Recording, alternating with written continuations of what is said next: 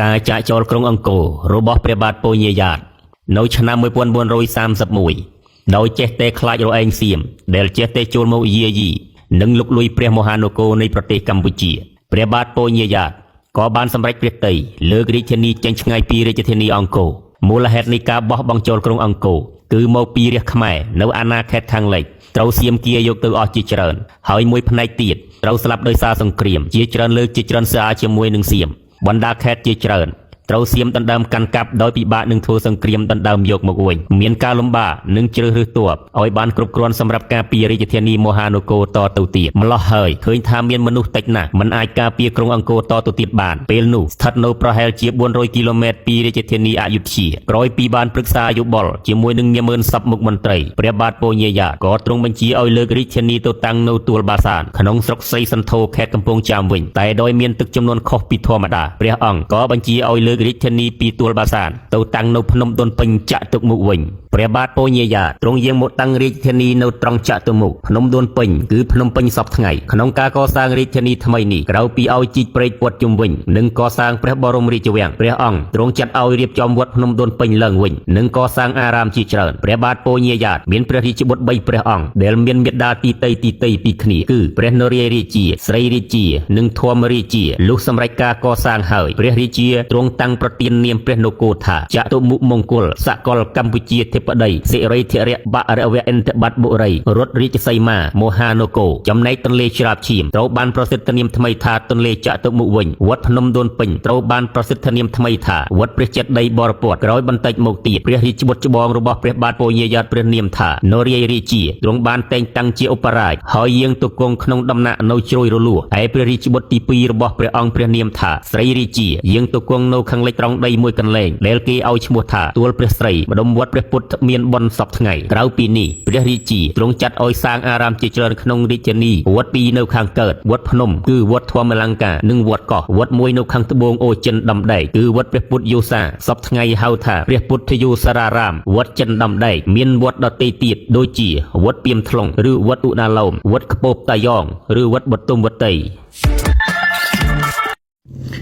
ទំនាស់នៃរាជវង្សចតុមុខរាជវង្សព្រះបាទពញាយ៉ាតព្រះបាទសម្ដេចព្រះបរមរាជាពញាយ៉ាតបានសោយរាជនៅរាជធានីចតុមុខដោយសុខសាន្តរហូតរៀងមកចំពោះទំនាក់ទំនងជាមួយបរទេសវិញឯកសារខ្លះនិយាយថាប្រទេសចិនប្រទេសយួនប្រទេសជ្វាបាននាំគ្រឿងបណ្ដាការមកក្រាបទូលថ្វាយពឹងបន់បារមីជាច្រើនចំពោះព្រះអង្គគួរកបីជ្រាបថាក្បួនរាជពង្សាវតាខ្មែរបាននិយាយស្របគ្នាថាព្រះបាទសម្ដេចព្រះបរមរាជាពញាយ៉ាត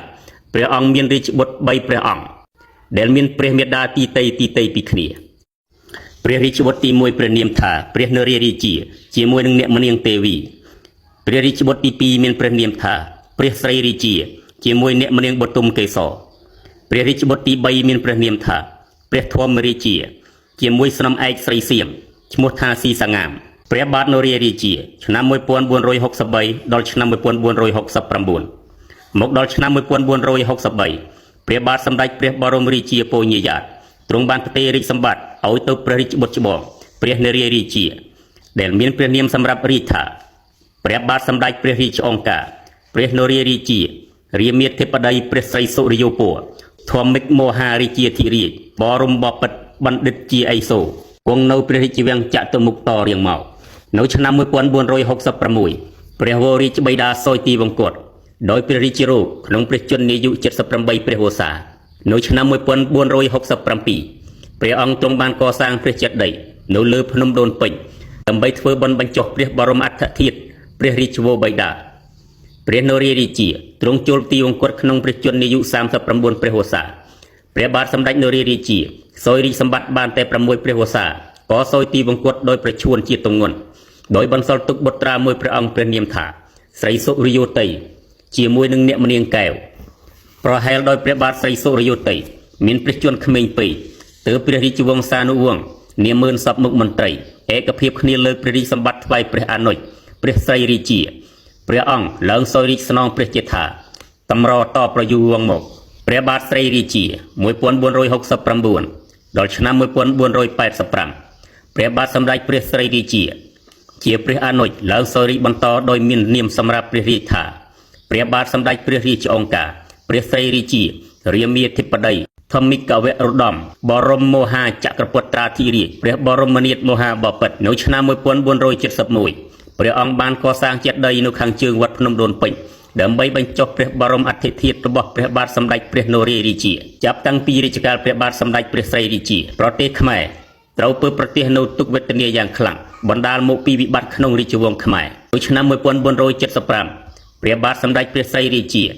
ទ្រង់ដឹកនាំទ័ពចំនួន 12,000 នាក់ដោយផ្ទាល់សម្ដៅទៅខេត្តខាងលិចដើម្បីរំដោះអាណាខេត្តដែលសៀមបានដណ្ដើមយក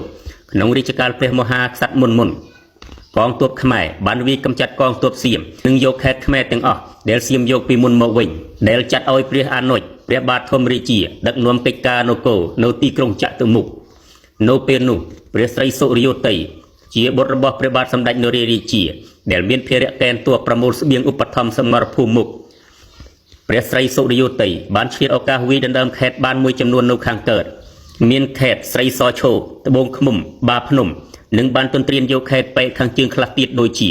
កំពង់សៀមស្ទឹងត្រែងជើងព្រៃហើយតាំងខ្លួនជាព្រះមហាក្សត្របង្កើតអាណាចក្រខាងកើតមានរាជធានីនៅស្រីសន្ធរដែលមាននាមសម្រាប់រាជថាព្រះបាទសម្ដេចព្រះរាជអង្គការព្រះស្រីសុរិយោទ័យរាជាធិរាជរាមាបរមបពិតក្នុងព្រះជន្មាយុ26ព្រះវស្សាមិនត្រឹមតែប៉ុណ្ណោះទ្រង់បានរៀបចំកងទ័ពចេញទៅស្កាត់ផ្លូវព្រះបាទសម្ដេចព្រះស្រីរាជាទៀតផងចំណែកឯព្រះធម្មរាជាមានមេដាជាជនជាតិសៀមចំណែកឯព្រះធម្មរាជាមានមេដាជាជនជាតិសៀមជាព្រះរាជអនុជពៅព្រះបាទសម្ដេចព្រះបរមរាជាពញាយ៉ាតដែលនៅរក្សារាជធានីចតុមុខក៏បានក្បត់ដោយយកលំពែងជ័យនិងព្រះខ័នរាជរក្សាទុកក្នុងព្រះបរមរាជវាំងហើយប្រកាសបង្កើតជារាជាណាចក្រថ្មីមួយឈ្មោះថារាជាណាចក្រខាងលិច